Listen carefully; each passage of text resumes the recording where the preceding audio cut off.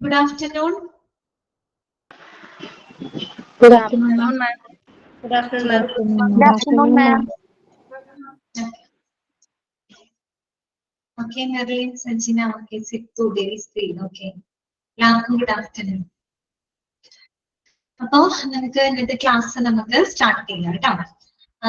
Aswathy miss ലീവാണ് കേട്ടോ. ലീവാണ്, മിസ്സിന് ചെറിയ പനി പ്രശ്നങ്ങളായിട്ട് ലീവാണ് കേട്ടോ. അപ്പൊ അതിന്റെ ഒരു അഡ്ജസ്റ്റ്മെന്റ് ആണ് നമ്മളിപ്പോ നിലവിൽ ചെയ്തുകൊണ്ടിരിക്കുന്നത് കേട്ടോ.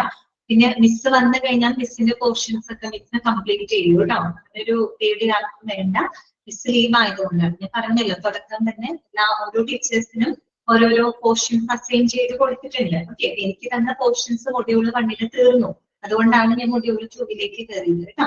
ഓക്കെ, അപ്പൊ മിസ്സിന് ഈ പറഞ്ഞ പോലെ ലീവ്, സുഖമില്ലാത്തതിന്റെ ലീവ് വന്നു. അതുകൊണ്ടാണ് മിസ്സിന്റെ പോർഷൻ അവിടെ പെൻഡിങ് നിൽക്കുന്നത് കേട്ടോ. മിസ് ജോയിൻ ചെയ്ത് കഴിഞ്ഞാൽ ഉടനടി അത് കംപ്ലീറ്റ് ചെയ്തു കേട്ടോ. അതിനൊരു ടെൻഷനൊന്നും വേണ്ട. നമ്മളിവിടെ എല്ലാ പോർഷൻസും കംപ്ലീറ്റ് ചെയ്തു കേട്ടോ. ഒരിക്കലും ഇനി അയ്യോ ആ ചാപ്റ്റർ എടുത്തില്ലല്ലോ, ഈ ചാപ്റ്റർ എടുത്തില്ല അങ്ങനെ വിചാരിക്കേണ്ട. ഓക്കെ, മിസ് വന്ന് കംപ്ലീറ്റ് ചെയ്യും കേട്ടോ. ഒരു ചാപ്റ്റേഴ്സും ഇവിടെ മിസ് ആകില്ല കേട്ടോ. നിങ്ങൾ കറക്റ്റ് കോർഡിനേറ്റ് ആയിട്ടാണ് അതൊക്കെ നോക്കുന്നത് കേട്ടോ. അതൊന്നും പ്രശ്നമൊന്നും വരില്ല. ആർക്കും ടെൻഷൻ വേണ്ട കേട്ടോ. പിന്നെ മിസ്സിന്റെ ലീവിന്റെ ഒരു അഡ്ജസ്റ്റ്മെന്റ് ആണ് നമ്മളിപ്പോ അങ്ങോട്ടും ഇങ്ങോട്ടൊക്കെ ഒന്ന് മാർക്ക് ചെയ്യുന്നത് കേട്ടോ. അപ്പൊ എന്റെ പീരീഡ് തന്നെയാണ്, അപ്പൊ എന്റെ ശരിക്കുള്ള പീരീഡ് തന്നെയാണ്. ഓക്കെ, ഇപ്പൊ നിങ്ങളുടെ ഡിസ്കഷൻ ഞാൻ കേട്ടു, അതുകൊണ്ടാണ് ഞാൻ പറഞ്ഞത് കേട്ടോ. ഓക്കെ, അപ്പൊ നമ്മള് കഴിഞ്ഞ ക്ലാസ്സില് നിങ്ങൾ പറയുന്നതൊക്കെ ഞങ്ങൾക്ക് കേൾക്കാം അവിടെ ഇരുന്ന്.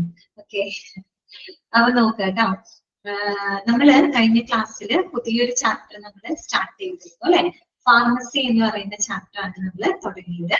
നമ്മൾ അവിടെ പറഞ്ഞു നിർത്തിയത് ഏതായിരുന്നു? ഇൻഫ്രാസ്ട്രക്ചർ വരെയാണ് നമ്മൾ പറഞ്ഞു നിർത്തിയത്. അത്രയും ഭാഗങ്ങളൊക്കെ വായിച്ചൊക്കെ നോക്കിയോ? എല്ലാവർക്കും ക്ലിയർ ആണോ? ഓക്കെ ആണോ? ഓക്കെ ആണ്. അപ്പൊ നമുക്ക് ബാക്കിയുള്ള ഭാഗങ്ങൾ നോക്കാം കേട്ടോ. അപ്പൊ ഞാൻ ഓൺ മ്യൂട്ട് ചെയ്യാണേ.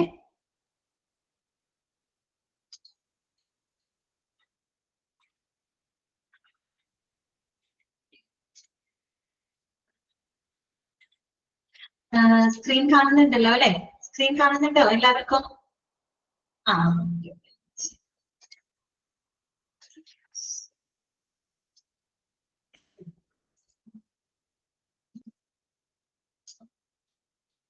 അപ്പോ കഴിഞ്ഞ ദിവസം ഫാർമസി എന്താണ്, അതുപോലെ തന്നെ ഫാർമസിയുടെ ഒബ്ജക്റ്റീവ്സ്, ഫങ്ഷൻസ് ഇതുവരെ നമ്മൾ പറഞ്ഞു.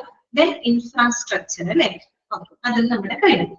എക്യുപ്മെന്റ്സും നമ്മൾ കണ്ടു അല്ലെ. ഒരു ഫാർമസിയിൽ ഉണ്ടായിരിക്കേണ്ട എക്യുപ്മെന്റ്സുകൾ, മറ്റുള്ള ഫെസിലിറ്റീസുകൾ എന്തൊക്കെയാണ്, ഇതെല്ലാം ഇതിനകത്ത് ഉൾപ്പെടുന്നതാണ്, ഇൻഫ്രാസ്ട്രക്ചറിനകത്ത് ഉൾപ്പെടുന്നത്. നെക്സ്റ്റ് നമ്മൾ പഠിക്കാൻ പോകുന്നത് ഇമ്പോർട്ടന്റ് ആയിട്ടുള്ള ഭാഗമാണ്. നോട്ട് ചെയ്ത് വെക്കണം കേട്ടോ. അതിന് ക്വസ്റ്റ്യൻ വരാറുണ്ട്. സ്റ്റാഫിംഗ് ആണ് ഇന്ന് നമ്മൾ പറഞ്ഞത് കേട്ടോ. ഫാർമസിയുടെ സ്റ്റാഫിങ്ങിനെ പറ്റിയിട്ടാണ് ഇനി നമ്മൾ മനസ്സിലാക്കുന്നത്. സ്റ്റാഫിംഗ് എങ്ങനെയാണ് കേട്ടോ നോക്കാം.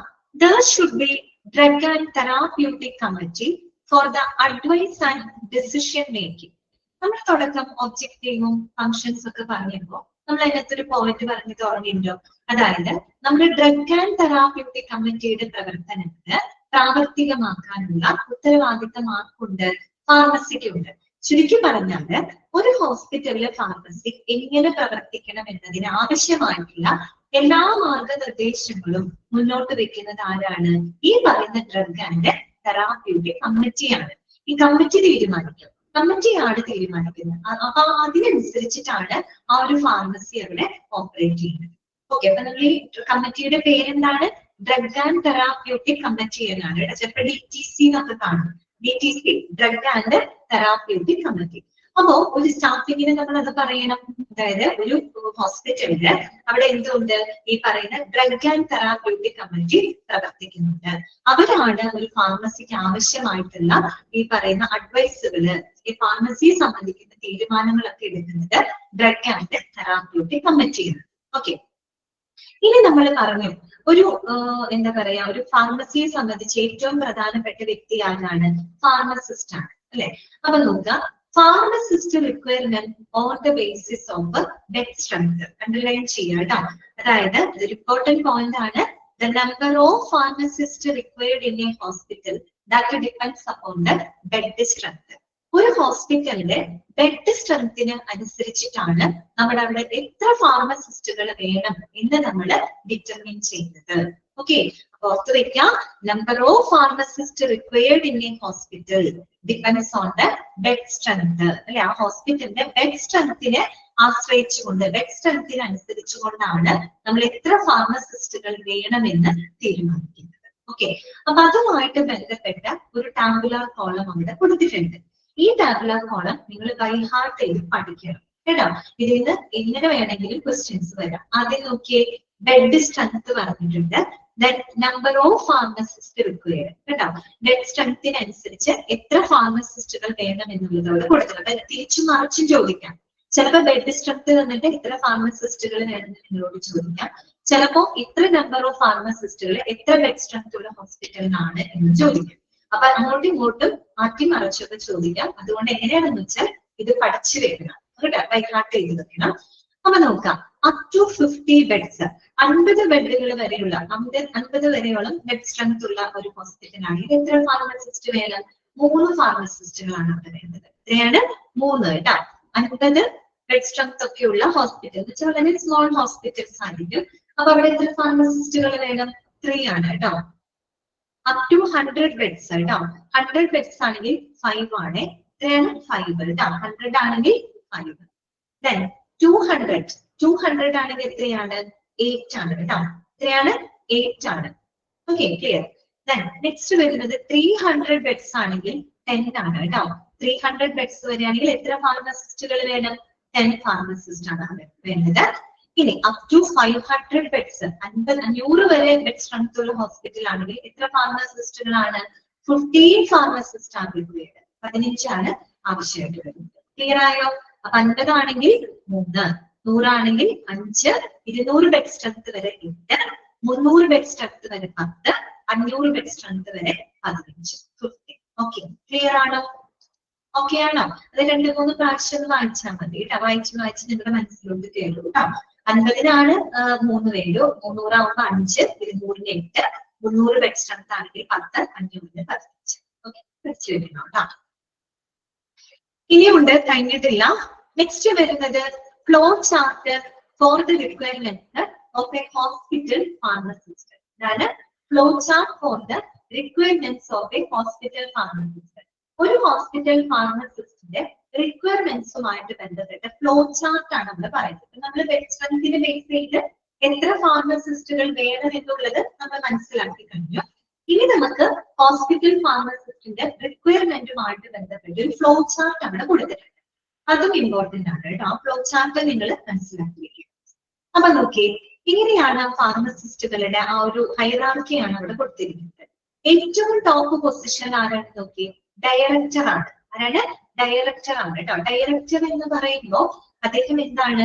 ഒരു ഫാർമസിയുടെ മുഴുവനായിട്ടുള്ള ഓപ്പറേഷൻസിന് ഓവർസീ ചെയ്യുന്ന, സൂപ്പർവൈസ് ചെയ്യുന്ന വ്യക്തിയാണ് ഡയറക്ടർ എന്ന് പറയുന്നത്. ഓക്കെ, അതാരാണെന്നൊന്നും നിങ്ങളോട് ചോദിക്കൊന്നുമില്ല കേട്ടോ. നിങ്ങൾ ആ ഫ്ലോ ചാർട്ട് ഒന്ന് മനസ്സിലാക്കി വെച്ചാൽ മതി. ഏറ്റവും ടോപ്പിൽ ഇരിക്കുന്നത് ആരാണ്? ഡയറക്ടർ ആണ്. ഒരു ഡയറക്ടർ ചെയ്യുന്നത് ആ ഫാർമസിയുടെ എൻറ്റയർ ആയിട്ടുള്ള പ്രവർത്തനങ്ങളെ, കംപ്ലീറ്റ് അവിടുത്തെ പ്രവർത്തനങ്ങളെ എന്താണ് ഓവർസീ ചെയ്യുകയും അതിന്റെ ബഡ്ജറ്റ് അലോക്കേഷൻസും അല്ലെ, ഒരു ഫാർമസിയുടെ പ്രവർത്തനങ്ങൾക്കായിട്ടുള്ള ബഡ്ജറ്റുകളും കാര്യങ്ങളും അങ്ങനെ എല്ലാം മേൽനോട്ടം വഹിക്കുന്ന വ്യക്തിയാണിത് ഡയറക്ടർ എന്ന് പറയുന്നത്. ഈ ഡയറക്ടറുടെ കീഴിലാണ് ആര് വരുന്നത്? ഡയറക്ടറുടെ തൊട്ട് താഴെയാണ് ചീഫ് ഫാർമസിസ്റ്റ് അഥവാ സൂപ്പറിൻറ്റൻഡന്റ് ഓഫ് ഫാർമസ്യൂട്ടിക്കൽ സർവീസസ്. എന്താണ്? 2-3 കേട്ടോ. സൂപ്പറിൻറ്റൻഡന്റ് ഓഫ് ഫാർമസ്യൂട്ടിക്കൽ സർവീസസ് അഥവാ ചീഫ് ഫാർമസിസ്റ്റ് കേട്ടോ. ചീഫ് ഫാർമസിസ്റ്റ് എന്ന് പറയുന്നത് എന്താണ്? His the professional who manages the entire pharmacy. ആ മുഴുവൻ ഫാർമസിനെ മാനേജ് ചെയ്യുന്ന വ്യക്തിയാണ് ആര്? ചീഫ് ഫാർമസിസ്റ്റ് എന്ന് പറയുന്നത്. അവരുടെ ക്വാളിഫിക്കേഷൻസ് ഒക്കെ നോട്ട് ചെയ്ത് വെക്കുക കേട്ടോ. എന്താണ് അവരുടെ ക്വാളിഫിക്കേഷൻ? എംഫാം ആണ്, മാസ്റ്റർ ഓഫ് ഫാർമസി ആണ് കേട്ടോ. ഫാർമസിയിലുള്ള മാസ്റ്റർ ബിരുദമാണ് അവർക്ക് ആവശ്യമുള്ളത്. എംഫാം നിങ്ങൾ പല ഫാർമസി കോഴ്സുകൾ കേട്ടിട്ടുണ്ടോ? B farm, D pharm, M farm, Pharm D, ഇതൊക്കെ വ്യത്യാസമുണ്ട് കേട്ടോ. ബി ഫാം എന്ന് പറയുമ്പോൾ ഇതാണ് ഡിഗ്രി ആണ് കേട്ടോ. ഡിഗ്രി ഇൻ ഫാർമസി ആണ് കേട്ടോ. ഫാർമസിയിലുള്ള അണ്ടർ ഗ്രാജുവേറ്റ് പ്രൊഫഷൻ ആണ് ഡി ഫാം എന്ന് പറയുന്നത്. ഡി ഫാം എന്ന് പറയുമ്പോൾ ഡിപ്ലോമ ഇൻ ഫാർമസി ആണ് കേട്ടോ. അതൊക്കെ ഒരു 2 ഇയർ ആയിട്ടുള്ള കോഴ്സാണ് ഡി ഫാം എന്ന് പറയുന്നത്. അപ്പൊ മിക്കവാറും നമ്മൾ ഈ മെഡിക്കൽ ഷോപ്പുകളിലൊക്കെ നിൽക്കുന്നവരൊക്കെ ഫാർമസിയിലൊക്കെ വർക്ക് ചെയ്യുന്നവര് ബി ഫാം യോഗ്യതയുള്ളവരാണ്.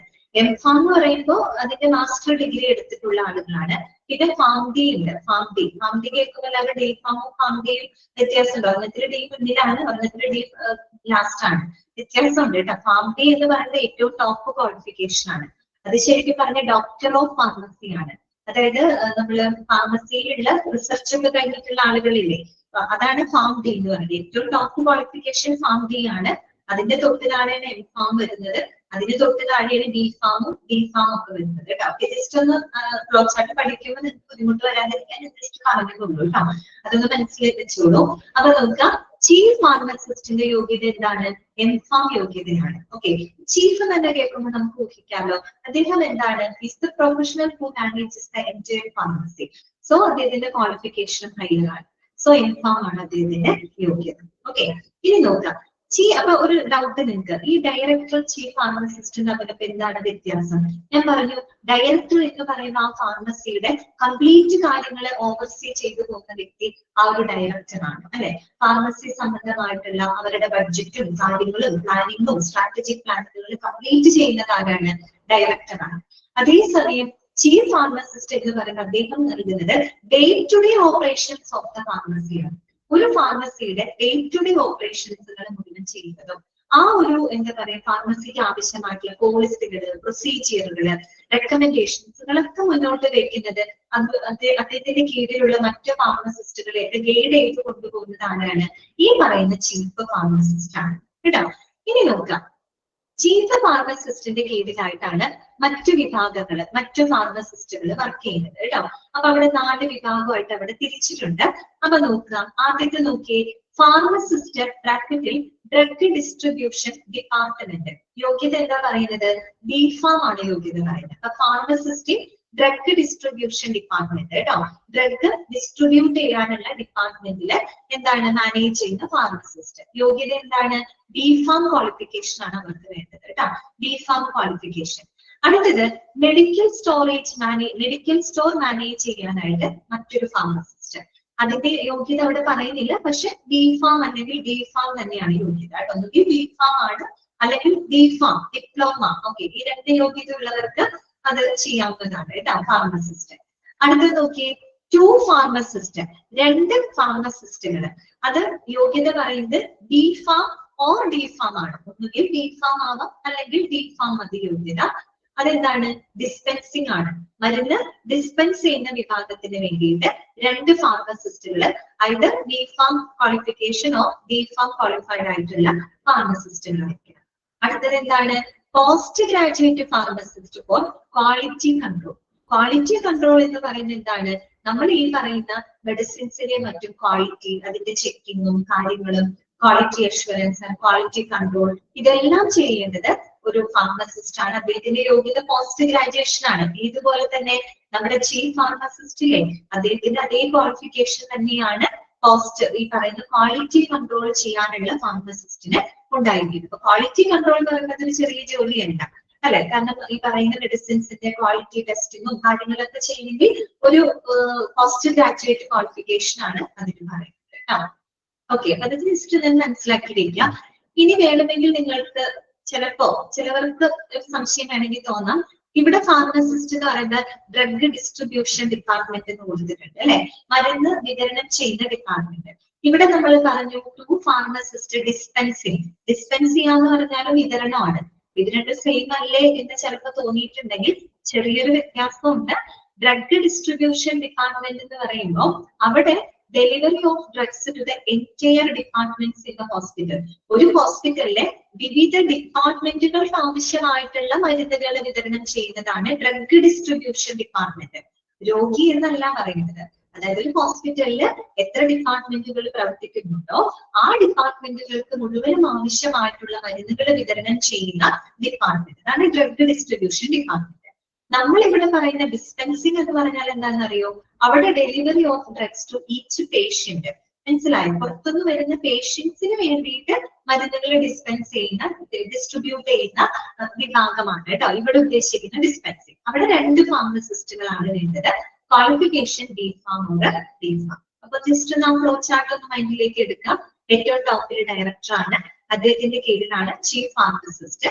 അദ്ദേഹത്തിന്റെ യോഗ്യത എന്താണ്? ചീഫ് ആണ്, എംഫാം ആണ് യോഗ്യത വരുന്നത്. ഓക്കെ, അവരുടെ കീഴിലായിട്ട് ഡ്രഗ് ഡിസ്ട്രിബ്യൂഷൻ ഡിപ്പാർട്ട്മെന്റിലെ ഫാർമസിസ്റ്റ് ബിഫാം യോഗ്യതയാണ്.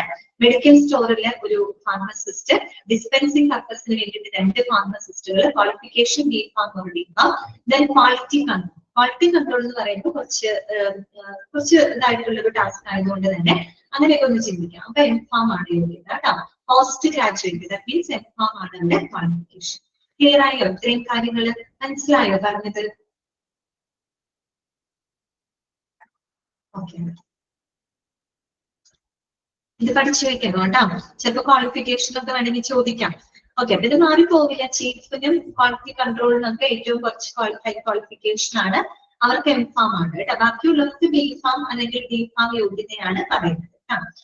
ഇനി അടുത്തത് ഡ്രഗ് ആൻഡ് തെറാപ്യൂട്ടിക് കമ്മിറ്റി. നമ്മൾ നേരത്തെ ഒരു കമ്മിറ്റിയെ പറ്റി പറഞ്ഞത് ഓർമ്മയുണ്ടല്ലോ. ഓക്കെ, ഈ പറയുന്ന കാര്യങ്ങളൊക്കെ ഇമ്പോർട്ടന്റ് ആണ് കേട്ടോ. Drug and therapeutic committee. ഇനി നമ്മൾ ഡ്രഗ് ആൻഡ് തെറാപ്യൂട്ടിക് കമ്മിറ്റിയിലെ അംഗങ്ങൾ ആരൊക്കെയാണെന്ന് പഠിക്കാൻ പോകാം. ഓക്കെ, അപ്പൊ നോക്കാം.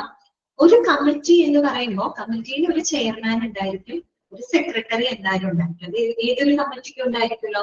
അപ്പൊ അതുകൊണ്ട് തന്നെ കമ്മിറ്റികൾ പഠിക്കുമ്പോൾ നിങ്ങൾ നോട്ട് ചെയ്യുന്നത് ചെയർമാൻ ആരാണ്, സെക്രട്ടറി ആരാണ്, അവിടെ നിങ്ങൾ പ്രത്യേകം പഠിക്കും. ഞാൻ പറഞ്ഞ ഇത് ഈ കമ്മിറ്റിയുടെ കാര്യം മാത്രമല്ല, പല ചാപ്റ്ററിലും പല പല കമ്മിറ്റികൾ നിങ്ങൾ പഠിക്കും. ഓക്കെ, അപ്പൊ കമ്മിറ്റി പഠിക്കുമ്പോൾ കമ്മിറ്റിയിൽ എന്തായാലും ഒരു ചെയർമാൻ ഉണ്ടാവും, ഒരു സെക്രട്ടറി ഉണ്ടാവും. അങ്ങനെയുള്ള ഭാഗങ്ങൾ നിങ്ങൾ പ്രത്യേകം നോട്ട് ചെയ്യണം. അവിടെ ആരാണ് ചെയർമാൻ, ആരാണ് സെക്രട്ടറി. ഓക്കെ, അത് നോട്ട് ചെയ്യുക കേട്ടോ.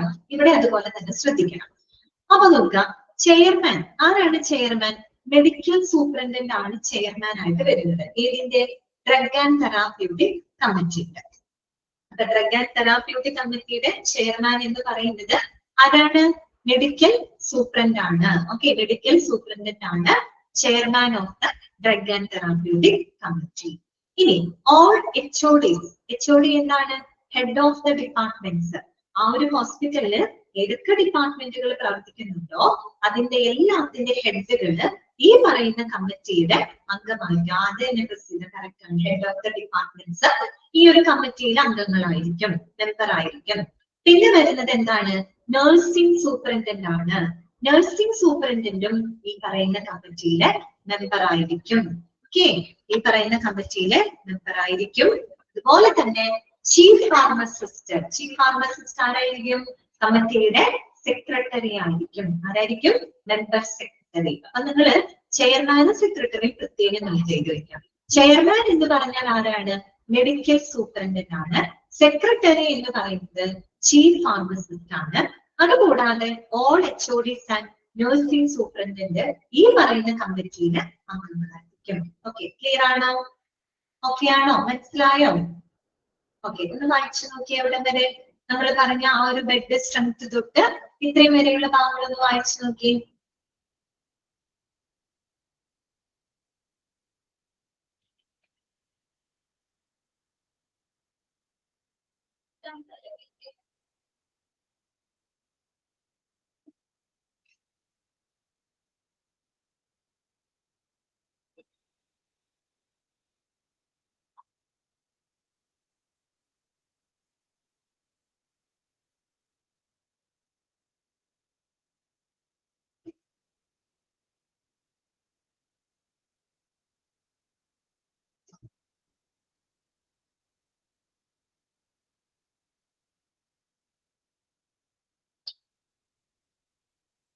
ഓക്കെ അല്ലേ?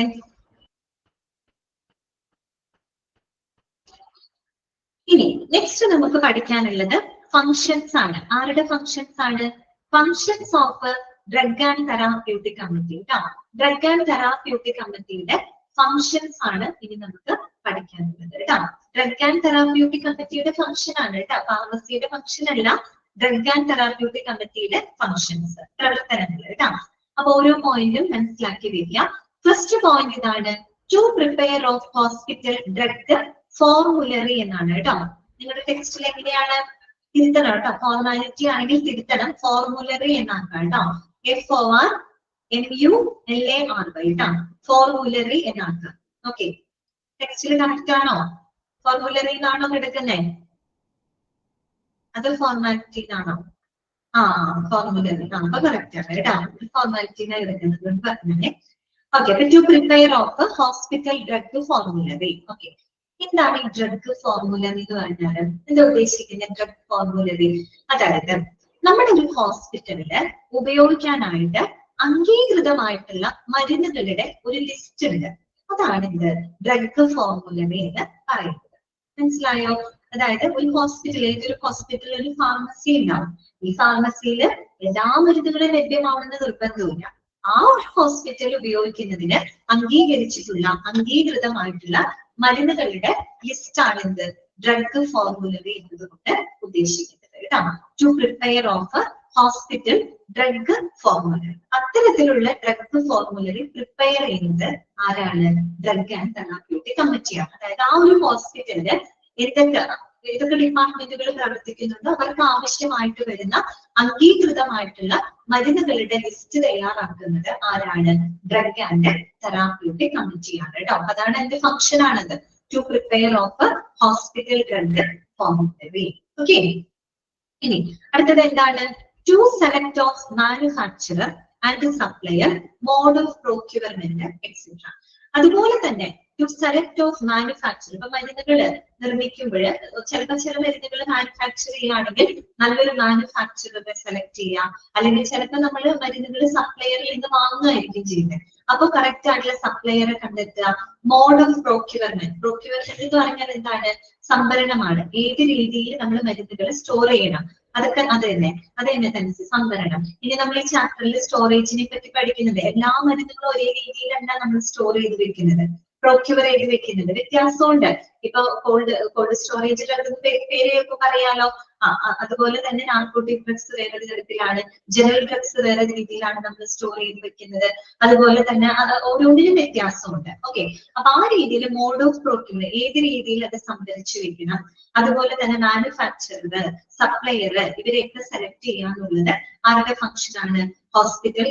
ഡ്രഗ് ആൻഡ് തെറാപ്യൂട്ടിക് കമ്മിറ്റിയുടെ ഫംഗ്ഷൻ ആണ്. Okay, to select of manufacturer and supplier, mode of procurement. Okay, next വരുന്നത് to add of new drugs, deletion of old drugs. എന്താണ്? To add of new drugs, deletion of old drugs. അതുപോലെ തന്നെ നമ്മളൊരു drug formulary തയ്യാറാക്കുമ്പോൾ നമുക്ക് ചിലപ്പോൾ പുതിയ മരുന്നുകൾ അതിലേക്ക് ആഡ് ചെയ്യേണ്ടതായിട്ട് വരും. ചില പഴയ മരുന്ന് എന്ന് പറയുമ്പോൾ അങ്ങനെയല്ല. ചിലപ്പോ നമുക്കറിയാലോ, ഓരോ കാലഘട്ടങ്ങൾ മാറുന്നതിനനുസരിച്ച് പുതിയ മരുന്നുകൾ വരും അല്ലെ.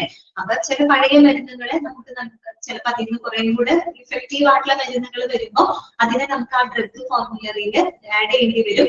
പഴയതിനെയൊക്കെ നമുക്ക് ചിലപ്പോൾ എടുത്ത് മാറ്റേണ്ടതായിട്ട് വരും അല്ലെ. അപ്പൊ അങ്ങനെയുള്ള പുതിയ മരുന്നുകൾ ആഡ് ചെയ്യാം, പഴയ മരുന്നുകൾ ഡിലീറ്റ് ചെയ്യാം, ലിസ്റ്റിൽ നിന്ന് ഒഴിവാക്കുക. ഇങ്ങനെയുള്ള കാര്യങ്ങളൊക്കെ ആരുടെ ഫംഗ്ഷൻ ആണ്? ഡ്രഗ് ആൻഡ് തെറാപ്യൂട്ടിക് കമ്മിറ്റിയുടെ ഫംഗ്ഷനിൽ വരുന്നത്. Okay, to add of new drugs, deletion of old drugs. Okay, then വരുന്നത് എന്താണ്? Drugs to be supplied in OPD. അതായത് ഔട്ട് പേഷ്യന്റ് ഡിപ്പാർട്ട്മെന്റിലോട്ട് സപ്ലൈ ചെയ്യേണ്ട ഡ്രഗ്സുകൾ ഏതൊക്കെയാണുള്ളത് കൃത്യമായിട്ട് അവര് തീരുമാനിക്കണം. ഓക്കെ, ഔട്ട് പേഷ്യന്റ് ഡിപ്പാർട്ട്മെന്റിലോട്ട് അതിനുവേണ്ടി പ്രത്യേകം ഫാർമസി പ്രവർത്തിക്കുന്നുണ്ടല്ലോ. ഇൻ പേഷ്യൻസിനായിട്ടും ഔട്ട് പേഷ്യൻസിന് വേണ്ടിയിട്ട് മരുന്ന് വിതരണത്തിനായിട്ട് പ്രത്യേക ഫാർമസി ഉള്ളത് കൊണ്ട് തന്നെ ഔട്ട് പേഷ്യന്റ് ഡിപ്പാർട്ട്മെന്റിലോട്ട് ഔട്ട് പേഷ്യൻസിന് പോകാനുള്ള മരുന്നുകൾ ഏതൊക്കെയാണ് അത് ഫാർമസിയിലോട്ട് സപ്ലൈ ചെയ്യേണ്ടതും ഈ പറയുന്ന ഡ്രഗ് ആൻഡ് തെറാപ്യൂട്ടിക് കമ്മിറ്റിയാണ്. പിന്നെന്താണ് നമ്മൾ നേരത്തെ പറഞ്ഞതാണ്? Policy forming for pharmacy and monitoring. ഫാർമസിക്ക് ആവശ്യമായിട്ടുള്ള പോളിസികൾ രൂപീകരിക്കുക, അത് കൃത്യമായിട്ട് മോണിറ്റർ ചെയ്യുക, നിരീക്ഷിക്കുക. Okay, policy forming for pharmacy and monitoring. ഫാർമസിക്ക് ആവശ്യമായിട്ടുള്ള പോളിസികൾ തയ്യാറാക്കുക, ഫോം ചെയ്യുക, അത് കൃത്യമായിട്ട് മോണിറ്റർ ചെയ്യുക. ഓക്കെ, ഇതെന്താണ്? Budget demand for pharmacy. ഫാർമസിക്ക് ആവശ്യമായിട്ടുള്ള ബഡ്ജറ്റുകൾ അലോക്കേറ്റ് ചെയ്ത്, ഫാർമസിക്ക് പ്രവർത്തിക്കണമെങ്കിൽ അതിൻ്റെതായ സാമ്പത്തികമായിട്ടുള്ള കാര്യങ്ങളൊക്കെ വേണം. അപ്പൊ ഒരു ഫാർമസിയുടെ നല്ലൊരു പ്രവർത്തനത്തിന് ആവശ്യമായിട്ടുള്ള ഒരു ബഡ്ജറ്റ് അലോക്കേഷൻ, ബഡ്ജറ്റിങ്ങും കാര്യങ്ങളും ഒക്കെ തയ്യാറാക്കേണ്ടത് ഡ്രഗ് ആൻഡ് തെറാപ്യൂട്ടിക് കമ്മിറ്റിയാണ്. പിന്നെ to develop drug information system. Drug information systems develop ചെയ്യാം. എന്താണ് ഈ ഡ്രഗ് ഇൻഫർമേഷൻ സിസ്റ്റം എന്ന് പറഞ്ഞു കഴിഞ്ഞാല്? അതായത് നമുക്കറിയാം ഇന്നിപ്പോ നമ്മൾ ഹോസ്പിറ്റലിൽ പോകുമ്പോൾ നമുക്കെല്ലാം സിസ്റ്റം വൈസ്ഡ് ആയിട്ടാണ് ചെയ്യുന്നത്, കമ്പ്യൂട്ടറിലൂടെയാണ് കാര്യങ്ങൾ ചെയ്യുന്നത് അല്ലെ. അതിന് വേണ്ടിയിട്ട് നമ്മൾ ഈ ഫാർമസിക്കാണെങ്കിലും അവിടുത്തെ കാര്യങ്ങൾ, ആ ഒരു ഫാർമസിയുടെ പ്രവർത്തനങ്ങളെ ഏറ്റവും ഭംഗിയായിട്ട് അവിടുത്തെ വർക്ക് ഫ്ലോ സ്മൂത്ത് ആയിട്ട് നടക്കാൻ നമ്മൾ പല സോഫ്റ്റ്വെയർ സംവിധാനങ്ങൾ ഉപയോഗിക്കുന്നുണ്ട്. കാര്യം എന്തിനാണ് നമ്മൾ ഇങ്ങനെ സോഫ്റ്റ്വെയർ സംവിധാനങ്ങൾ ഉപയോഗിക്കുന്നത്? മാനുവലി ചെയ്യേണ്ട കാര്യങ്ങൾ സോഫ്റ്റ്വെയർ സംവിധാനങ്ങളിലൂടെ ചെയ്ത് നമുക്ക് ഒരുപാട് ടൈം സേവ് ചെയ്യാൻ പറ്റും, കുറെ കൂടെ എഫിഷ്യന്റ് ആയിട്ട് നമുക്ക് അവിടുത്തെ വർക്ക് ഫ്ലോ കാര്യങ്ങളൊക്കെ ചെയ്യാനായിട്ട് പറ്റും അല്ലെ. അപ്പൊ അതാണ് എന്ത് ഡ്രഗ് ഇൻഫർമേഷൻ സിസ്റ്റം എന്ന് പറയുന്നത്. അതൊരു വളരെ കോംപ്രിഹെൻസീവ് ആയിട്ടുള്ള ഒരു സോഫ്റ്റ്വെയർ സംവിധാനമാണ്. That provides the healthcare professionals accurate, up-to-date information about the drugs. Okay, അതായത് ഒരു ഫാർമസിയിലുള്ള മരുന്നുകളെ പറ്റിയിട്ട് ഏറ്റവും കൃത്യമായിട്ടുള്ള അപ് ടു ഡേറ്റ് ആയിട്ടുള്ള റിലയബിൾ ആയിട്ടുള്ള ഇൻഫർമേഷൻസ് പ്രൊവൈഡ് ചെയ്യുന്ന ഒരു സോഫ്റ്റ്വെയർ സംവിധാനത്തിനെയാണ് നമ്മൾ ഡ്രഗ് ഇൻഫർമേഷൻ സിസ്റ്റം എന്ന് പറയുന്നത്. ഓക്കെ, ഇപ്പൊ ഒരു ഫാർമസിയിൽ ഇപ്പൊ ഏതൊക്കെ മരുന്നുകളുണ്ട്, എന്തൊക്കെ മരുന്നുകളുണ്ട് എന്നുള്ളത് അവർ ആ സിസ്റ്റം നോക്കിയിട്ടാണ് പറയാ അല്ലെ. നിങ്ങൾ ഏത് മെഡിക്കൽ ഷോപ്പിൽ പോയിപ്പോ അവിടെ പോകുമ്പോൾ നമ്മളൊരു മരുന്ന് ആവശ്യപ്പെടുമ്പോൾ അവർ ആദ്യം തന്നെ സിസ്റ്റത്തിൽ നോക്കാം മരുന്നുണ്ടോ നോക്കും അല്ലെ. അപ്പൊ അതെന്ത് ഉപയോഗിക്കുന്നത്? അവിടെ ഡ്രഗ് ഇൻഫർമേഷൻ സോഫ്റ്റ്വെയർ സംവിധാനമാണ് അവിടെ ഉപയോഗിക്കുന്നത്. അപ്പൊ അത്തരത്തിലുള്ള ഡ്രഗ് ഇൻഫർമേഷൻ സംവിധാനങ്ങള് സോഫ്റ്റ്വെയർ സിസ്റ്റംസ് ഡെവലപ്പ് ചെയ്യുന്നതും ആരുടെ ഫംഗ്ഷൻ ആണ്? ഡ്രഗ് ആൻഡ് തെറാപ്യൂട്ടിക് കമ്മിറ്റിയുടെ ഫംഗ്ഷൻ ആണ്. ഓക്കെ, ദെൻ വരുന്നത് to check of pharmacy records and drug quality. എന്താണ് to check of pharmacy records and drug quality?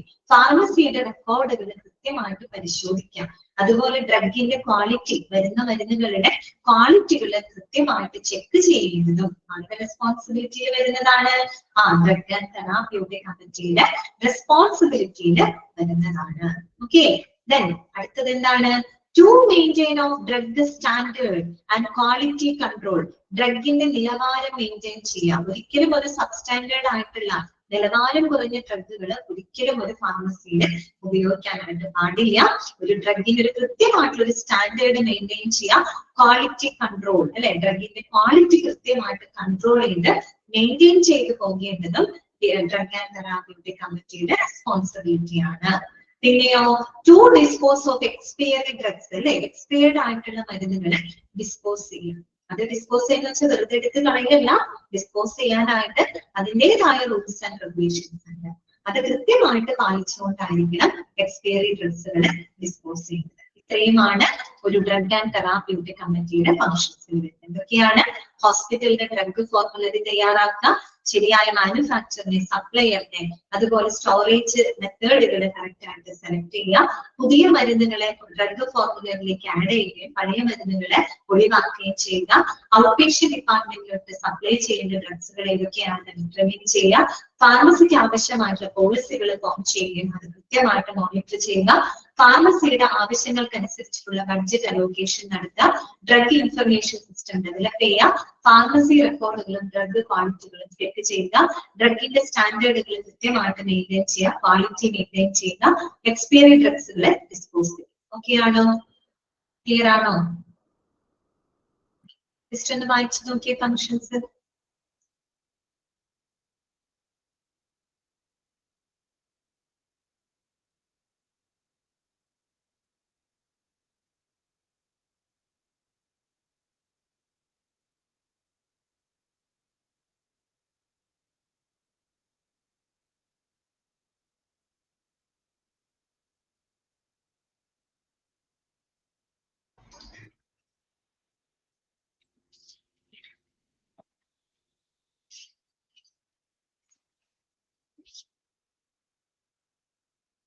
Okay അല്ലേ?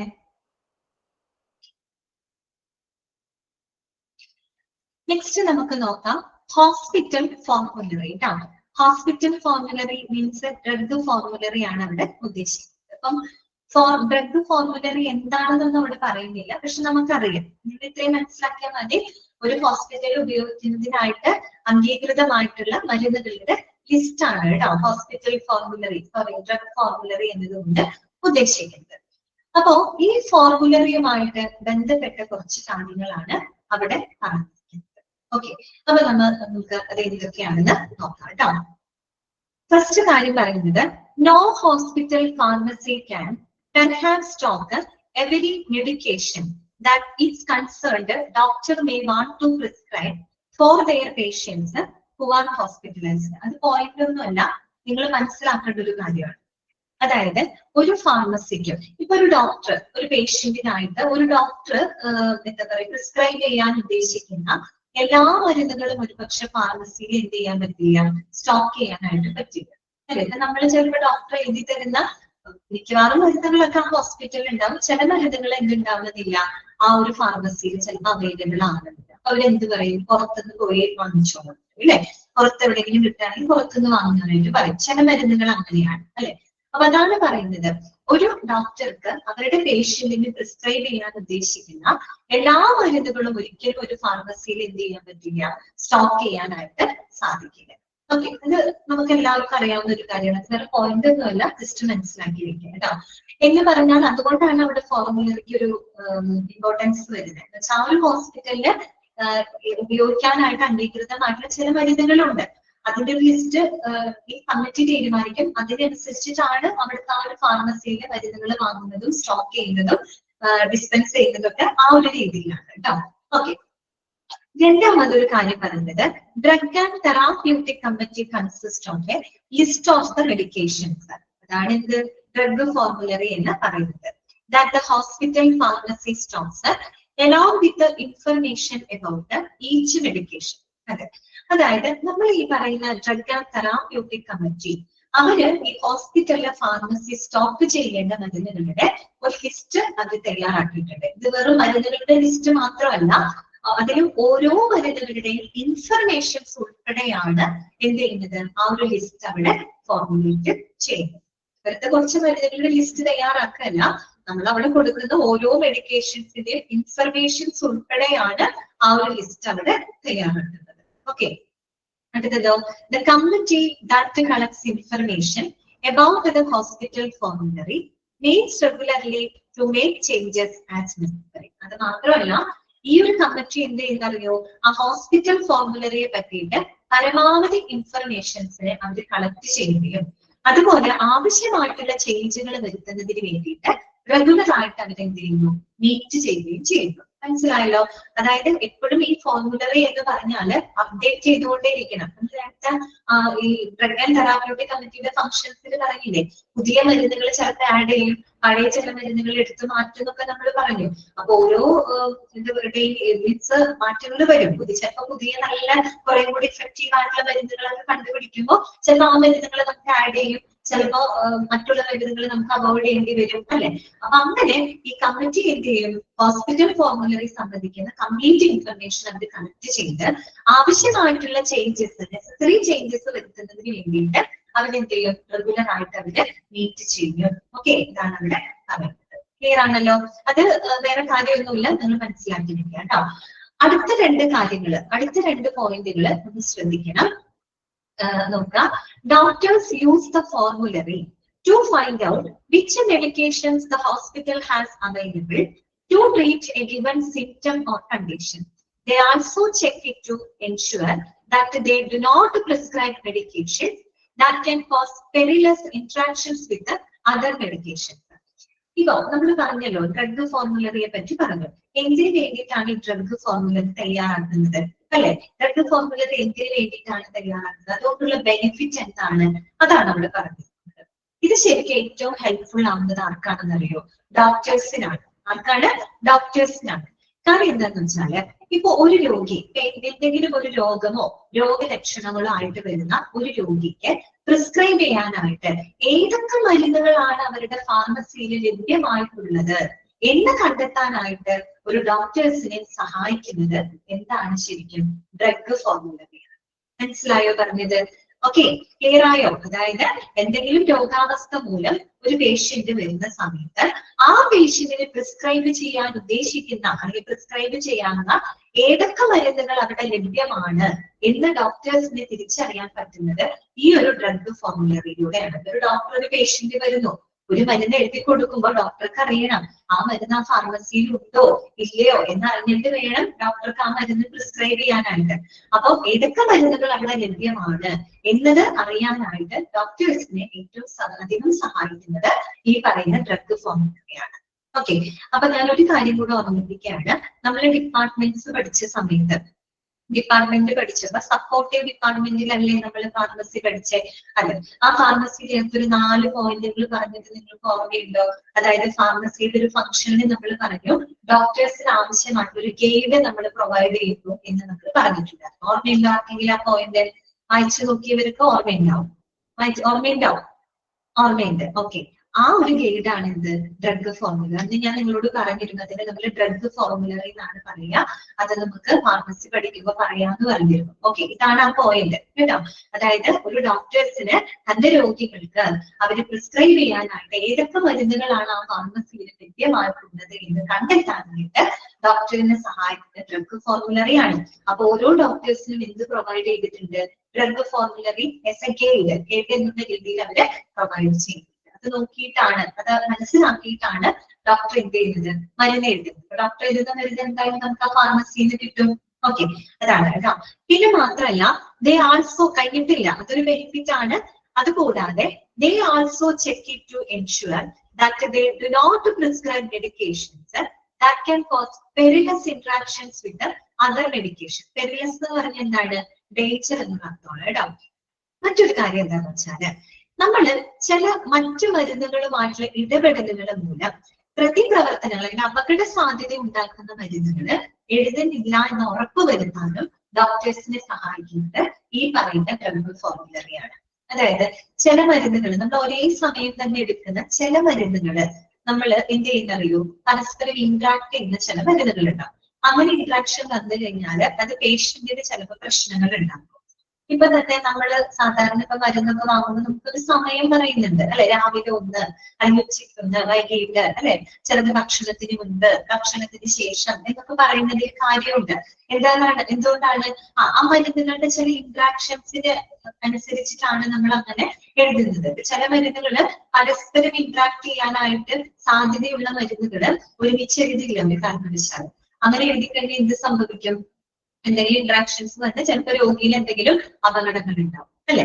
അപ്പോ അതാണ് അവിടെ പറയുന്നത്. മറ്റു മരുന്നുകളുമായിട്ടുള്ള ഇടപെടലുകൾ മൂലം അപകട സാധ്യത ഉണ്ടാക്കുന്ന മരുന്നുകളൊന്നും എഴുതുന്നില്ല എന്ന് ഉറപ്പുവരുത്താനും ഡോക്ടേഴ്സിനെ സഹായിക്കുന്നത് എന്താണ്? ഈ ഡ്രഗ് ഫോർമുലറിയാണ്. ഓക്കെ, കാര്യം ഡ്രഗ് ഫോർമുലറിൽ വരും മരുന്നിന്റെ ലിസ്റ്റ് മാത്രമല്ല, ഓരോ മരുന്നിന്റെയും ഇൻഫർമേഷൻസ് ഉൾപ്പെടെയാണ് നമ്മൾ ഒരു ഡ്രഗ് ഫോർമുലറിൽ തയ്യാറാക്കുന്നത്. ഓക്കെ, ക്ലിയർ ആയോ പറഞ്ഞത്? ആ പോയിന്റ് ഓക്കെ ആണോ? മനസ്സിലായോ? ഓക്കെ അല്ലേ? ഇനി നെക്സ്റ്റ് വരുന്നത് the committee select medications based on the effectiveness, there cost and the need for them at each particular hospital. അത് 3 അണ്ടർലൈൻ ചെയ്യേണ്ട. അത് 3 പോയിന്റുകളാണ് പറഞ്ഞിരിക്കുന്നത്. ഒന്ന് ഇഫക്റ്റീവ്നെസ്, കോസ്റ്റ്, നീഡ് കേട്ടോ. Need for them at each particular hospital. ഇത് 3 പോയിന്റുകളാണ്. അതായത് ഒരു കമ്മിറ്റിയാണല്ലോ തീരുമാനിക്കുന്നത് ഡ്രഗ് ഫോർമുലറിൽ ഏതൊക്കെ മരുന്നുകൾ ഉൾപ്പെടുത്തണം, ഏതൊക്കെ ഒഴിവാക്കണം എന്നൊക്കെ തീരുമാനിക്കുന്നത് കമ്മിറ്റിയാണ്. അപ്പൊ ഈ ഒരു കമ്മിറ്റി ഈ ഡ്രഗ് ഫോർമുലകളിലേക്കുള്ള മെഡിക്കേഷൻസിനെ സെലക്ട് ചെയ്യുന്നത് എന്തിന്റെ ബേസിലാണ്? 1 ഇഫക്റ്റീവ്നെസ്, അതിന്റെ ഫലപ്രാപ്തി. 2 അതിന്റെ കോസ്റ്റ്. 3 നീഡ് ഫോർ ദം അല്ലെ? ആ ഒരു ഹോസ്പിറ്റൽ ആ ഒരു പെർട്ടിക്കുലർ മരുന്നിന് എത്രത്തോളം ആവശ്യകതയുണ്ട്, എത്രത്തോളം ഡിമാൻഡ് ഉണ്ട്. ഈ 3 കാര്യങ്ങളെ ബേസ് ചെയ്തിട്ടാണ് ഒരു കമ്മിറ്റി എന്ത് ചെയ്യുന്നത്? മെഡിസിൻസിനെ സെലക്ട് ചെയ്യുന്നത്. അപ്പൊ ഏതൊക്കെയാണ് 3 പോയിന്റുകൾ?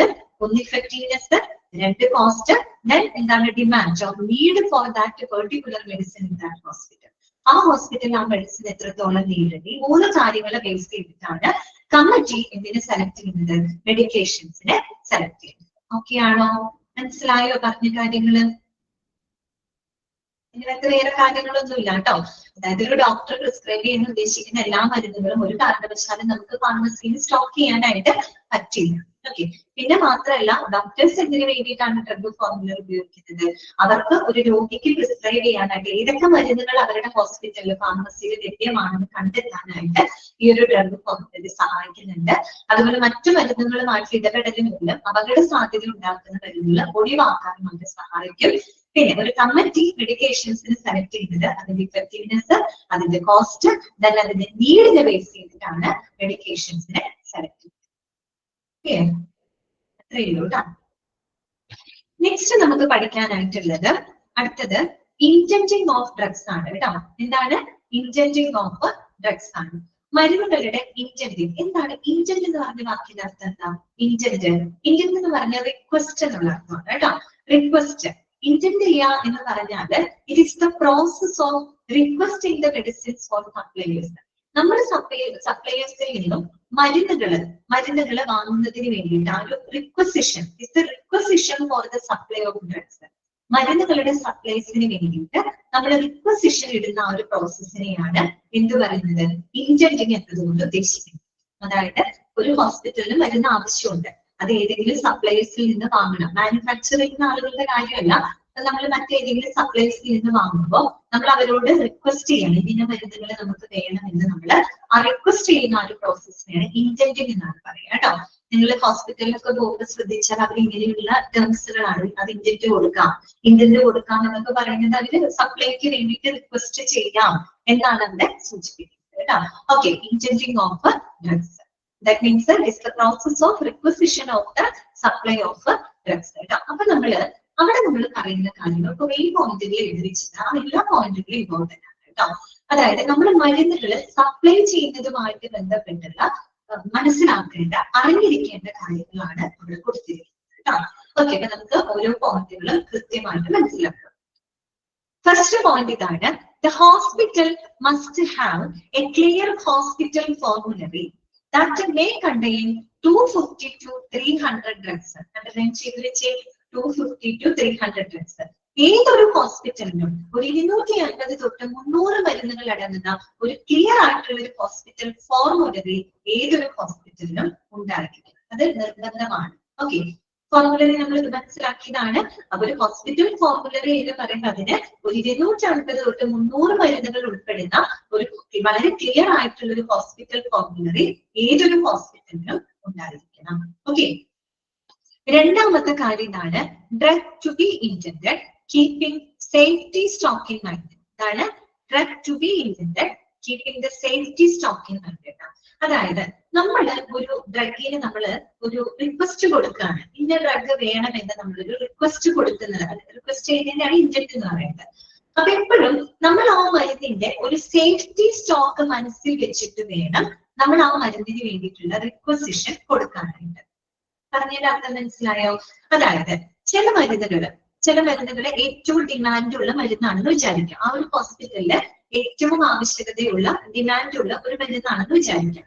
നമ്മൾ ആ മരുന്നിന്റെ സ്റ്റോക്ക് ഒരുപാട് കുറയാനായിട്ട് നമ്മൾ കാത്തു നിൽക്കരുത്. ആ മരുന്നിന്റെ ഡിമാൻഡ് കൂടുതലായതുകൊണ്ട് തന്നെ അത് ഡെയിലി സെൽ ആവുന്ന ഒരു മരുന്നാണ് ആണല്ലോ. അപ്പൊ ആ മരുന്ന് എപ്പോഴും ഒരു സേഫ്റ്റി സ്റ്റോക്ക് എപ്പോഴും നമ്മൾ എവിടെ ഉണ്ടാവണം? അത് ഫാർമസിയിൽ നമ്മൾ കീപ്പ് ചെയ്യണം. ആ ഒരു സേഫ്റ്റി സ്റ്റോക്ക് മനസ്സിൽ വെച്ചിട്ട് വേണം നമ്മൾ അതിന് വേണ്ടിയിട്ടുള്ള റിക്വസിഷൻ കൊടുക്കാനായിട്ട്. ഇപ്പൊ നമുക്ക് ഒരു 1000 യൂണിറ്റ് നമ്മുടെ കയ്യിലുണ്ടെന്ന് വിചാരിക്കാം. ആ ഒരു ഡ്രഗ് 1000 യൂണിറ്റ് നമ്മുടെ കയ്യിലുണ്ട്. അത്യാവശ്യം ഡിമാൻഡ് ഉള്ളൊരു മരുന്നാണ്. ഓക്കെ, ഡിമാൻഡ് ഉള്ളൊരു മരുന്നാണ്. ഇത് ഡെയിലി പോകുന്ന ഒരു മരുന്നായതുകൊണ്ട് തന്നെ 1000 900 ആയി, 900 800 ആയി, 800 ഈ പറഞ്ഞ പോലെ 500ലേക്ക് എത്തി. 500ലേക്ക് എത്തുമ്പോഴും നമുക്കറിയാം ഈ മരുന്നിന് ഡിമാൻഡ് കൂടുതലാണ്. 500 എത്തുമ്പോൾ തന്നെ നമ്മൾ ഉടനടി എന്ത് കൊടുക്കണം? റിക്വസിഷൻ കൊടുക്കണം. സേഫ് ആയിട്ടുള്ള സ്റ്റോക്ക് ആണ്, പക്ഷെ ആ സേഫ്റ്റി സ്റ്റോക്ക് നിലനിർത്തിയേ തന്നെ നമ്മൾ ഓർഡർ കൊടുക്കണം. 500 ഉണ്ടല്ലോ, ഇനിയൊരു 200 300 ആകുമ്പോൾ കുറയുമ്പോൾ റിക്വസിഷൻ കൊടുത്താൽ മതി, അങ്ങനെ ചിന്തിക്കരുതെന്ന്. എപ്പോഴും ഒരു സേഫ്റ്റി സ്റ്റോക്ക് കണക്കിലെടുത്തിട്ട് വേണം, അത് മനസ്സിൽ വെച്ചുകൊണ്ട് തന്നെ ആയിരിക്കണം നമ്മളൊരു ഡ്രഗിന് വേണ്ടിയിട്ടുള്ള റിക്വസിഷൻ കൊടുക്കാനായിട്ട്. ഓക്കെ, ക്ലിയർ ആയോ? പറഞ്ഞ കാര്യം മനസ്സിലായോ? ഓക്കെ ആണോ? അതാണ് സേഫ് സ്റ്റോക്ക് കേട്ടോ. നെക്സ്റ്റ് വരുന്നത് കേട്ടോ, അടുത്ത പോയിന്റ് ശ്രദ്ധിക്കാം. Economic order quantity that should be followed to thwart overstocking or theft. Thwart എന്ന് പറഞ്ഞാൽ പ്രിവെന്റ് എന്നുള്ള അർത്ഥമാണ് കേട്ടോ. ഇവിടെ ഒരു കൺസെപ്റ്റ് പറയുന്നത്, ആ കൺസെപ്റ്റ് എന്താന്നുള്ളത് ലാസ്റ്റ് ഈ പോയിന്റിൽ പറയുന്നുണ്ട്. ഇത് പറയുന്നത് നമുക്കത് ഡീറ്റെയിൽ ആയിട്ട് പറയാം. എന്താണെങ്കിലും ഒരു കാര്യം നിങ്ങൾ മനസ്സിലാക്കുക, എക്കണോമിക് ഓർഡർ ക്വാണ്ടിറ്റി എന്ന് പറയുന്ന ഒരു കൺസെപ്റ്റ് നിർബന്ധമായിട്ടും ഒരു ഫാർമസി ഫോളോ ചെയ്തിരിക്കണം. അതെന്താണെന്നുള്ളത് നമുക്ക് ലാസ്റ്റ് പറയാം കേട്ടോ. എക്കണോമിക് ഓർഡർ ക്വാണ്ടിറ്റി എന്ന് പറയുന്ന ആ ഒരു കൺസെപ്റ്റ് ഏതൊരു ഫാർമസിയും എന്ത് ചെയ്തിരിക്കണം? ഫോളോ ചെയ്തിരിക്കണം. എന്തിനു വേണ്ടിയിട്ടാണ്? ടു ത്വാട്ട് over stocking or theft.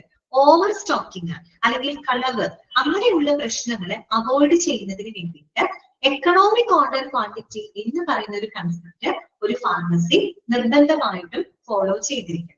Okay, അതങ്ങനെ മനസ്സിലാക്കിയിരിക്കാം. അത് ഡീറ്റെയിൽഡ് ആയിട്ട് ഞാൻ ലാസ്റ്റ് പറഞ്ഞു തരാം കേട്ടോ. കാരണം എക്കണോമിക് ഓർഡർ ക്വാണ്ടിറ്റിയെ പറ്റി ഇവിടെ പറയുന്നുണ്ട്. അപ്പൊ എന്നിട്ട് നമ്മളിത് പറയുന്നത് നിങ്ങൾക്ക് കുറച്ചും കൂടെ വ്യക്തമാവും കേട്ടോ. അതായത് ഓവർ സ്റ്റോക്കിംഗ്, ഒരു സാധനം നമ്മൾ ഓവർ ആയിട്ട് സ്റ്റോക്ക് ചെയ്ത് വെക്കാന്ന് വിചാരിക്കുക. ഓവർ ആയിട്ട് സ്റ്റോക്ക് ചെയ്ത് വെക്കുമ്പോൾ എന്ത് സംഭവിക്കുന്നറിയോ? കളവ് വരാനുള്ള ചാൻസ് കൂടുതലാണ്. ശരിയല്ല, ഒരു സാധനം ആവശ്യത്തിൽ കൂടുതൽ നമ്മൾ സ്റ്റോക്ക് ചെയ്ത് വെക്കുമ്പോൾ എന്തായാലും ഇതെല്ലാം കൈകാര്യം ചെയ്യുന്നത് മനുഷ്യരാണ്. അവിടെ കളവുകൾക്കുള്ള സാധ്യതയുണ്ട്. ഇപ്പൊ കുറെ ഉണ്ടാകുമ്പോൾ അതിൽ നിന്ന് ഒന്നോ രണ്ടെണ്ണോ എടുത്തുകൊണ്ട് പോയാൽ ആരും അറിയാൻ പോകുന്നില്ല അല്ലെ എന്നുള്ളൊരു ധാരണയിൽ തെഫ്റ്റിനൊക്കെ ഉള്ള ചാൻസ് അവിടെ കൂടുതൽ. അപ്പൊ അങ്ങനെയുള്ള പ്രശ്നങ്ങൾ ഒഴിവാക്കാനായിട്ടാണ് എക്കണോമിക് ഓർഡർ ക്വാണ്ടിറ്റി എന്ന് പറയുന്ന കൺസെപ്റ്റ് അവിടെ ഫോളോ ചെയ്യണമെന്ന് പറയുന്നത്. ഓക്കെ, അടുത്തത് നോക്കിയേ, order to be issued as soon as critical level is reached. അത് നമ്മൾ നേരത്തെ സേഫ്റ്റി സ്റ്റോക്കിന്റെ കാര്യം പറഞ്ഞില്ലേ, അതേ കാര്യം തന്നെയാണ് അവിടെ ഉദ്ദേശിക്കുന്നത്.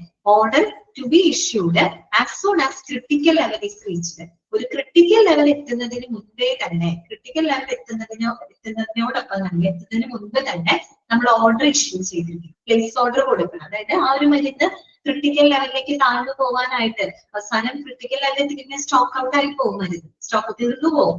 അങ്ങനെ ഒരു സാഹചര്യത്തിലേക്ക് എത്തരുത്. അതിന് മുൻപേ തന്നെ നമ്മൾ എന്ത് ചെയ്യണം? ഓർഡർ കൊടുക്കണം, ഓർഡർ നമ്മൾ ഇഷ്യൂ ചെയ്യണം കേട്ടോ. അടുത്തത് എന്താണ്? In case of drugs important ample lead time to be given. അതായത് ഇമ്പോർട്ട് ചെയ്യുന്ന ചില മരുന്നുകളുണ്ടാവും, അതായത് നമ്മൾ പുറത്തുനിന്നൊക്കെ വരുത്തിക്കുന്ന മരുന്നുകളുണ്ടാവും. ദാറ്റ് മീൻസ് നമ്മൾ ഇറക്കുമതി ചെയ്യുന്ന മരുന്നുകളൊക്കെ ഉണ്ടെങ്കിൽ അതിന് നമ്മൾ ആവശ്യത്തിനനുസരിച്ചിട്ടുള്ള ഒരു ടൈം നമ്മൾ കൊടുക്കണം. ലീഡ് ടൈം എന്ന് പറഞ്ഞാൽ എന്താണ്? ലീഡ് ടൈം എന്ന് പറയുമ്പോൾ നമ്മൾ ഓർഡർ കൊടുത്തിട്ട് നമുക്ക് ആ സാധനം നമ്മുടെ കയ്യിൽ എത്തുന്നത് വരെയുള്ള ഒരു ടൈമിനെയാണ് ലീഡ് ടൈം എന്ന് പറയുന്നത്. നമ്മളൊരു ഓർഡർ കൊടുത്ത് അത് നമ്മുടെ കയ്യിലേക്ക് എത്തുന്നത് വരെയുള്ള ആ ഒരു സമയമുണ്ടല്ലോ, അതിനെയാണ് നമ്മൾ ലീഡ് ടൈം എന്ന് പറയുന്നത്. അപ്പോ ഇമ്പോർട്ട് ചെയ്യപ്പെടുന്ന ഡ്രഗ്സുകളുടെ കേസിൽ നമ്മൾ ആവശ്യത്തിനുള്ള ലീഡ് ടൈം നമ്മൾ പ്രൊവൈഡ് ചെയ്തിട്ടുണ്ട്. അതെന്തുകൊണ്ടാണ്? ഇപ്പൊ പുറത്തുനിന്നൊക്കെ വരുത്തിക്കുന്ന മരുന്നുകളാണെങ്കിൽ നമുക്കറിയാം അത് പുറത്തുനിന്ന് വരാനും അത് ട്രാൻസ്പോർട്ട് ചെയ്ത് നമ്മുടെ ആ ഒരു ഹോസ്പിറ്റലിൽ എത്താനൊക്കെ സമയം എടുക്കും അല്ലെ. അപ്പൊ നമ്മൾ ആ ഒരു സമയം കൂടെ കണക്കാക്കിയിട്ട് വേണം അത്തരത്തിലുള്ള മരുന്നുകൾ നമ്മൾ ഓർഡർ കൊടുക്കുക. അല്ലാണ്ട് അവസാന നിമിഷത്തിൽ കൊണ്ട് ഓർഡർ കൊടുത്ത് കിട്ടില്ല. കാര്യം ഇമ്പോർട്ട് ചെയ്യേണ്ട മരുന്നാണ്. അത് ഇമ്പോർട്ട് ചെയ്ത് അവിടുന്ന് കാര്യങ്ങൾ കഴിഞ്ഞ് ട്രാൻസ്പോർട്ടേഷൻ ഒക്കെ കഴിഞ്ഞിട്ട് ഇതിലേക്ക് ഒരുപാട് സമയം എടുക്കും അല്ലെ. അപ്പൊ നമ്മൾ പറഞ്ഞല്ലോ ആ ഒരു സമയം നമ്മൾ അവിടെ ആവശ്യത്തിനുള്ളൊരു സമയം ഇമ്പോർട്ട് ചെയ്യുന്ന മരുന്നുകളുടെ കേസിൽ കൊടുത്തിരിക്കുന്നത്. പിന്നെ എന്താണ് പറഞ്ഞത്? Receipt of drugs. Receipt of drugs എന്ന് പറയുമ്പോൾ keep the receipt of drugs നടത്താം. അതായത് മരുന്നുകളുടെ റെസിപ്റ്റുകളൊക്കെ നമ്മൾ കൃത്യമായിട്ട് എന്ത് ചെയ്തിരിക്കണം? മെയിൻറ്റെയിൻ ചെയ്യണം. പ്രത്യേകിച്ച് നമ്മൾ സപ്ലൈസിൽ നിന്നൊക്കെ മരുന്നുകൾ വാങ്ങുമ്പോൾ ആ മരുന്നുകളുടെ കൃത്യമായിട്ടുള്ള അതിന്റെ റെസിപ്റ്റുകൾ, അതായത് നമ്മൾ നടത്തുന്ന ആ ട്രാൻസാക്ഷന്റെയും മറ്റും റെസിപ്റ്റുകൾ കറക്റ്റ് ആയിട്ട് അവിടെ എന്ത് ചെയ്തിരിക്കണം? മെയിൻറ്റെയിൻ ചെയ്തിരിക്കണം. ഓക്കെ, പിന്നെ അടുത്തത് എന്താണ്? All drugs received must be checked, weighed, batch number, quantity, date of expiry. അതുപോലെ തന്നെ എല്ലാ മരുന്നുകളും നമ്മൾ റിസീവ് ചെയ്യുന്ന എല്ലാ മരുന്നുകളും കൃത്യമായിട്ട് നമ്മൾ എന്ത് ചെയ്യണം? ചെക്ക് ചെയ്യണം. അതുപോലെ നമ്മൾ അത് കൃത്യമായിട്ട് അതിന്റെ വെയിറ്റ് എടുക്കണം, അതിന്റെ ബാച്ച് നമ്പർ, അതിന്റെ ക്വാണ്ടിറ്റി, അതുപോലെ അതിന്റെ എക്സ്പയറി ഡേറ്റ്, ഇങ്ങനെയുള്ള എല്ലാ മരുന്നുകളും എല്ലാ കാര്യങ്ങളും നമ്മൾ കൃത്യമായിട്ട് എന്ത് ചെയ്തിരിക്കണം? റിസീവ് ചെയ്തിരിക്കണം. ക്ലിയർ ആയോ? All drugs received must be checked, weighed, batch number, quantity, date of expiry. അതായത് നമ്മൾ റിസീവ് ചെയ്യുന്ന എല്ലാ മരുന്നുകളും കൃത്യമായിട്ട് നമ്മൾ ചെക്ക് ചെയ്തിരിക്കണം. അതിന്റെ വെയിറ്റ് നോക്കണം, അതിന്റെ ബാച്ച് നമ്പർ, അതിന്റെ ക്വാണ്ടിറ്റി, അതിന്റെ എക്സ്പയറി ഡേറ്റ്, ഇതെല്ലാം തന്നെ നമ്മൾ ചെക്ക് ചെയ്തിരിക്കണം. അടുത്തത് എന്താണ്? Random samples of each batch sample has to be send to the lab for quality testing. അതുപോലെ നമുക്ക് വരുന്ന ഓരോ ബാച്ച് മെഡിസിൻസ് വരുമ്പോഴും അതിൽ നമ്മൾ റാൻഡം ആയിട്ട്, അതായത് സ്പോണ്ടേനിയസ് ആയിട്ട് നമ്മൾ അതിന്റെ ഒരു സാമ്പിൾ എടുത്ത് എന്തിനയക്കണം? ലാബിലോട്ട് നമ്മൾ അയക്കണം. എന്തിനു വേണ്ടിയിട്ടാണ്? Four quality testing. Quality test ചെയ്യാൻ വേണ്ടിയിട്ടാണ്. നമ്മൾ സെലക്ട് ചെയ്തിട്ടല്ല എടുക്കുന്നത്. ഓരോ ബാച്ച് മരുന്നുകൾ വരുന്ന സമയത്തും നമ്മൾ റാൻഡം ആയിട്ട്, സ്പോണ്ടേനിയസ് ആയിട്ട് നമ്മൾ അതിൽ നിന്ന് ഓരോ സാമ്പിൾസ് നമ്മൾ റാൻഡം ആയിട്ട് എടുക്കണം. എന്നിട്ട് അത് നമ്മൾ ലാബ് ടെസ്റ്റിന് അയച്ചിരിക്കണം. ഇതിനു വേണ്ടിയിട്ടാണ് ഫോർ ക്വാളിറ്റി ടെസ്റ്റ്. ക്വാളിറ്റി നമ്മൾ ടെസ്റ്റ് ചെയ്യാൻ വേണ്ടിയിട്ട്. അപ്പോഴാണ് നമുക്ക് കറക്റ്റ് ആയിട്ട് അറിയാൻ പറ്റുള്ളൂ. പിന്നെ പറയുന്നത് എന്താന്ന് വെച്ചാൽ, in case of any doubt of substandard, drug should be used only after the lab test. അതുപോലെ ഏതെങ്കിലും മരുന്നുകൾ നമുക്ക് സബ്സ്റ്റാൻഡേർഡ് ആയിട്ട് നിലവാരം കുറഞ്ഞതായിട്ട് നമുക്ക് തോന്നുന്നുണ്ടെങ്കിൽ ആ മരുന്നുകൾ ലാബ് ടെസ്റ്റിന് ശേഷം മാത്രമേ ഉപയോഗപ്പെടുത്താനായിട്ട് പാടുള്ളൂ. അതും ഒരു പ്രധാനപ്പെട്ട കാര്യമാണ്. ഇപ്പൊ വരുന്ന മരുന്നുകള് ഏതെങ്കിലും മരുന്നുകൾക്ക് നമുക്കൊരു സബ്സ്റ്റാൻഡേർഡ് ആയിട്ട് ഫീൽ ചെയ്യാണ്, അതിന്റെ ക്വാളിറ്റിയിൽ എന്തെങ്കിലും നിലവാരം കുറഞ്ഞതായിട്ട് തോന്നുന്നുണ്ടെങ്കിൽ ഒരു കാരണവശാലും നമ്മൾ അത് ഡിസ്പെൻസ് ചെയ്യരുത്. അത് കൃത്യമായിട്ടുള്ള ലാബ് ടെസ്റ്റിന് ശേഷം മാത്രമേ അത്തരം ഡ്രഗ്സുകൾ നമ്മൾ ഉപയോഗിക്കാനായിട്ട് പാടുള്ളൂ. ഓക്കെ, ക്ലിയർ ആയോ? ഇത്രയും പോയിന്റുകൾ ഓക്കെയാണ് എല്ലാവർക്കും? നെക്സ്റ്റ് വരുന്നതാണ് നമ്മൾ മാറ്റിവെച്ച ആ ഒരു പോയിന്റ് ആണ് എക്കണോമിക് ഓർഡർ ക്വാണ്ടിറ്റി. ഇതാണ് എന്താണ് എക്കണോമിക് ഓർഡർ ക്വാണ്ടിറ്റി. എന്താണ് എക്കണോമിക് ഓർഡർ ക്വാണ്ടിറ്റി? നമുക്കത് വായിക്കാം. EOQ എന്നാണ് അതിന് ഷോർട്ട് ആക്കി പറയാം കേട്ടോ. അപ്പൊ EOQന്റെ ഫുൾ ഫോം വേണമെങ്കിൽ നിങ്ങളോട് ചോദിക്കാം. എക്കണോമിക് ഓർഡർ ക്വാണ്ടിറ്റി ശ്രദ്ധിക്കാം. The economic order quantity EOQ is the number of units that a company should add to the inventory with each order to minimize the total cost of inventory, such as holding cost, order cost, and shortage cost. അതായത് ഇത് വായിച്ചാൽ നിങ്ങൾക്ക് മനസ്സിലാവില്ല, ഞാൻ simple ആയിട്ട് അത് പറഞ്ഞു തരാം. അതായത് എക്കണോമിക് ഓർഡർ ക്വാണ്ടിറ്റി എന്ന് പറഞ്ഞാൽ it is the optimum quantity which minimises the total cost of an inventory. എന്താണ്? It is the optimum quantity. ശ്രദ്ധിച്ച് കേൾക്കാട്ടോ. It is the optimum quantity which minimizes the total cost of an inventory. Inventory എന്ന് പറഞ്ഞാൽ എന്താണ്? Stock എന്നുള്ള അർത്ഥം. ഇങ്ങനെ പറഞ്ഞാൽ നിങ്ങൾക്ക് മനസ്സിലാവില്ല. ഞാനൊരു എക്സാമ്പിൾ പറയാം, അപ്പൊ നിങ്ങൾക്ക് ക്ലിയർ ആവും. അതായത് നിങ്ങളൊന്ന് ഇമാജിൻ ചെയ്യാം, ഒരു ഹോസ്പിറ്റൽ ഫാർമസി. ഓക്കെ, ഒരു ഹോസ്പിറ്റൽ ഫാർമസിയിൽ ഒരു പെർട്ടിക്കുലർ മരുന്ന് നേരത്തെ പറഞ്ഞ പോലെ അത്യാവശ്യം ഡിമാൻഡ് ഉള്ള ഒരു മരുന്നാണ്. ഓക്കെ, ഡിമാൻഡ് ഉള്ള ഒരു മരുന്നാണ്, ഏറ്റവും കൂടുതൽ റിക്വയർമെന്റ് ഉള്ള, നീഡുള്ള, ഡിമാൻഡ് ഉള്ള ഒരു മരുന്നാണെന്ന് വിചാരിക്കാം. ആ ഒരു മരുന്ന് നമുക്ക് എത്ര യൂണിറ്റ് ആവശ്യമുണ്ടെന്ന് അറിയോ? 1000 യൂണിറ്റ് നമുക്ക് ആവശ്യമുണ്ടെന്ന് ഇരിക്കട്ടെ. 1000 യൂണിറ്റ് ആണ് നമുക്ക് ആവശ്യമുള്ളതെന്ന് ഇരിക്കട്ടെ. നമ്മൾ എന്ത് ചെയ്യാണ്? 1000 യൂണിറ്റിന് പകരം ഒരു 1600 യൂണിറ്റ് നമ്മൾ ഓർഡർ ചെയ്യുക. മനസ്സിലായോ പറഞ്ഞത്? അതായത് ഒരു ഹോസ്പിറ്റലിന് ഏറ്റവും ആവശ്യമുള്ള ഡിമാൻഡുള്ള ഒരു മരുന്നാണ്. ആ മരുന്ന് നമുക്ക് ആവശ്യമുള്ളത് ഒരു 1000 യൂണിറ്റ് ആണ് നമുക്ക് ആവശ്യമുള്ളതെന്ന് ഇരിക്കട്ടെ. നമ്മൾ എന്ത് ചെയ്യാണ്?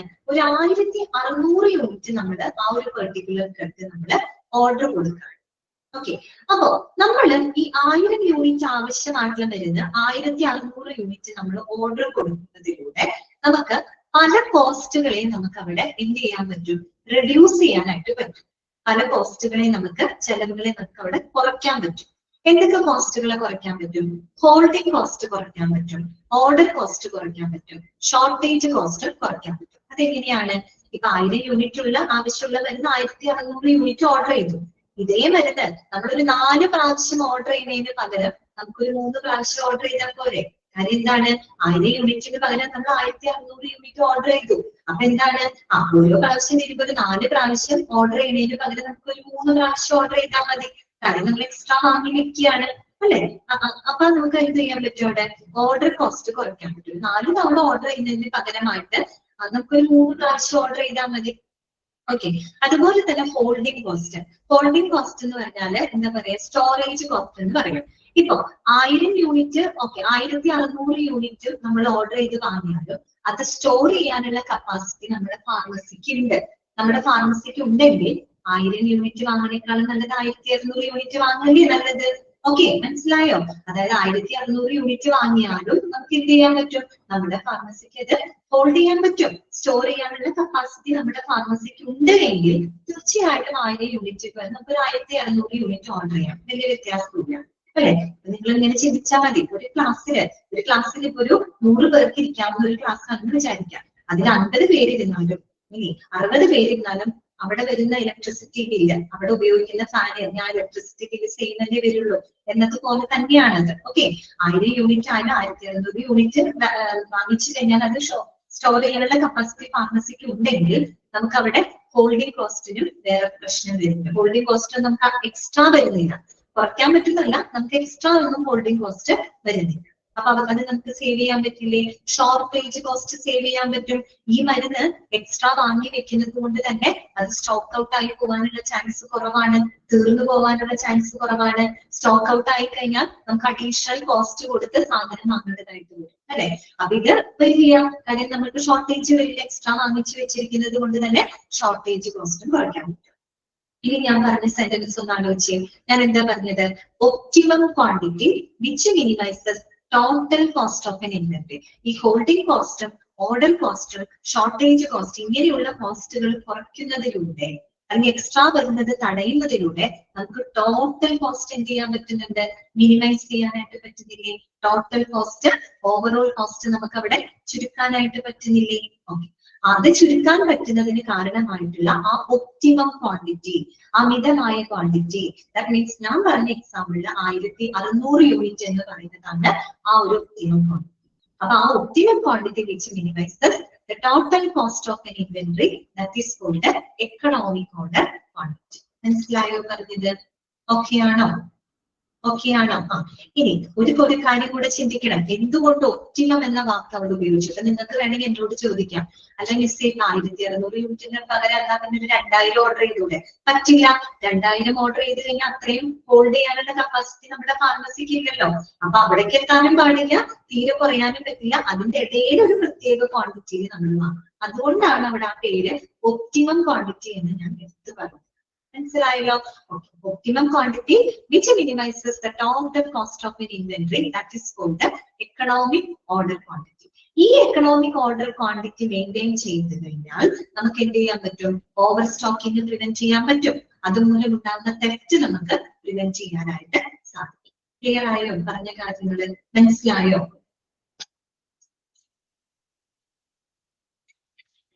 ഓക്കെയാണോ? അങ്ങനെയാണെങ്കിൽ ഞാൻ ഒന്ന് അൺമ്യൂട്ട് ചെയ്യാണ് കേട്ടോ. ഇന്നത്തെ ക്ലാസ്സിൽ നിങ്ങൾക്ക് എന്തെങ്കിലും ഡൗട്ടുകൾ ഉണ്ടെങ്കിൽ ചോദിക്കാം കേട്ടോ.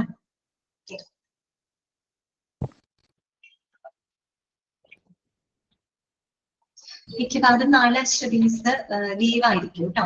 അപ്പൊ അതിന് പകരം ക്ലാസ് ഞാനായിരിക്കും എടുക്കുന്നുണ്ട്. അവിടെ അശ്വതി രഞ്ജിത്ത് മിസ് ലീവ് ആയിരിക്കും. അപ്പൊ നാളത്തെ 1:30 ക്ലാസ്സിൽ മിക്കവാറും ഞാൻ എടുക്കും കേട്ടോ. മിക്കവാറും മിസ് വരികയാണെങ്കിൽ മിസ് കയറും കേട്ടോ. ഓക്കെ, ഡൗട്ട്സ് ഒന്നുമില്ലല്ലോ? നമുക്ക് ക്ലാസ് തന്നെ ചെയ്യാം കേട്ടോ. Okay, thank you. Thank you, ma'am.